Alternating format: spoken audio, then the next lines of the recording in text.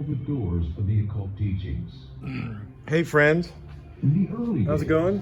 there was a compilation of certain basic hermetic doctrines passed on from teacher I'm going to talk to you a little bit right now about this 65 Mustang Fastback right here that belongs to Steve Clark and myself. Steve wanted to put the torque boxes on this vehicle. They didn't come with front torque boxes, but he wanted to put them in, so he bought them. And putting them in is not as easy and straightforward as the average person would think. It does require a bit more modifications than the average person is mentally prepared to do. So let me just talk about it a little bit to verbally and show, and of course to show you physically with the camera the status and the situation of this car. So let's just get right down to it. This is the torque box for the driver's side right here. And oh, by the way, we have a new piece for this, so don't worry about the rot that's going to be fixed. And here's the front part. These are a two-piece torque box, and they're supposed to go up in here, but they will fit in here, but not very tightly.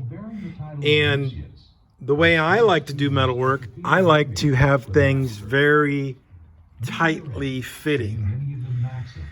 So I told Steve a few days ago that we're going to have to break these torque boxes apart, drill out the spot welds, right here, drill them out and break them apart, and then physically shrink each item a little bit, maybe trim the sides a little bit like that to fit them in.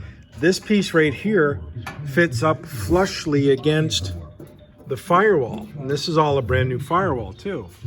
They fit flushly on that, and then you weld it in, you weld this on in place, and then you fit this piece on, and you might even have to trim that down quite a bit, and I'm going to show you on the other side just that process. So this side I just finished just now, and there's a couple things I have to do. I have to trim here, trim this off a little bit to bring that even with the original flange. And we had to cut off this flange here to, as I said earlier, to shrink the torque box slightly. I had to make an incision here to cut that piece to allow that flange a little bit of flexibility. But the thing that actually sort of surprised me, but not really, was I had to actually cut this and remove the top part and bend this lip down a little bit and met this part, because if you see here, underneath is the first part that fit flush against the firewall, but I wanted to make sure that this flange right here where my finger is would meet the flange of the inner piece. And some people might say, or some people might even just say, oh, screw it, and they'll weld this entire piece on and then affix the weld here where my finger is onto the firewall. That will work, but that is not as strong, and it's not according to the way it's supposed to be. So this piece right here we cut off, and I just welded it back in.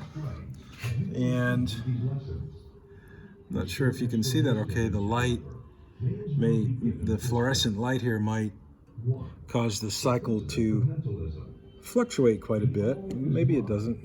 Maybe it is. There it goes. So you can see those welds. And I'll go underneath here. And you can see how this part right here was cut off because it's stuck down too low. I'm looking in straight across, and this is the frame rail, and we don't want to have any things hanging lower than the frame rail. By the design, by the intent of the manufacturer of these torque boxes, they need not hang down. So if you're an owner and you want to undertake to install torque boxes on your Mustang, you probably will have to do some modifications, just like I have done on this car, to get it to this point. Let me back up a little bit and try to get a bigger picture so you can see just what it looks like.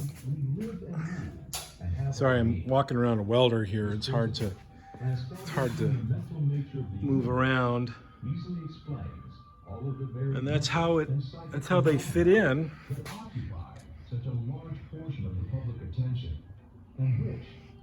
So after they're put in, they kind of look good. They blend in, and they're even with the frame, as you can see. You know, they're even, and they look proper. They look good. Of course, now the welds underneath, Steve will grind those down, and then part of the shrinking, collapsing, making the torque box physically smaller. You know, if you imagine my hand as the torque box, it's this size. You just have to physically shrink it a little bit. So by doing that, we have overhang. Like this piece right here, I'm going to chop that off flush with the frame. And of course that other tab on the other side, right there, we'll have to trim that also. But they go in there, they fit in nicely after quite a bit of modifications, and that's how they go in. So there's really no quote need. There's no quite need for me, this car, to have those, other than Steve wanted to have them on his car. You know, put them on the the front where torque boxes were installed by Ford on the 67, 68 hardtop models with the big engine, or the convertibles. But the regular Fastback with a small 289 V8 302, they did not have the front torque boxes. Maybe there was some special options you could order this car with those, but I think what will happen is the torque boxes will help this car ride even more nicely, more smoothly, more tightly, so to speak, because these cars were really flimsy. You know, this is 1965 technology, actually earlier than that, 1961, 62, for the Ford Falcon. Basically all the things are the same. So it's older technology, but we're going to make it work. We're going to make it better. We're going to make it a very nice car, and it will be a very nice car when we're done. And that's torque boxes on the Mustang 101. You can see this is all gone, but I've got the new parts here, new frame rail and the new outer frame rail, so that'll go in here. But this is a side indulgence. This is not a paying project. This is just a little fun thing. I mean, Steve and I found this car down in Katy, and you know, we got it for basically nothing, and needs a lot of metalwork, needs a lot of structure, but it's on the way to being built now. So that's the best part about it, and it's fun, it's enjoyable. So anyways, folks, I'm gonna say goodbye, have a good day, and just always look up, be good to one another.